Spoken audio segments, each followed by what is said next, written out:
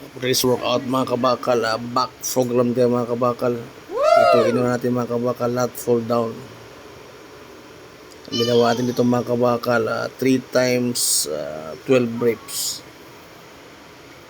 Medyo pakapalin natin yung ating back mga kabakal.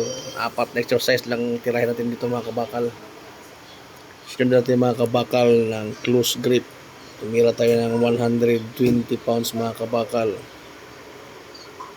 Ginawa dito mga kabakal, 3 set 10 reps yung pinakahuli nating exercise.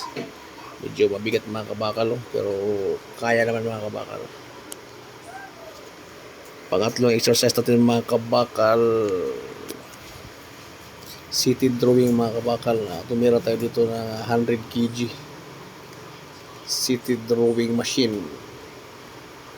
3 set 12 reps lang ang ginawa natin dito mga kabakal.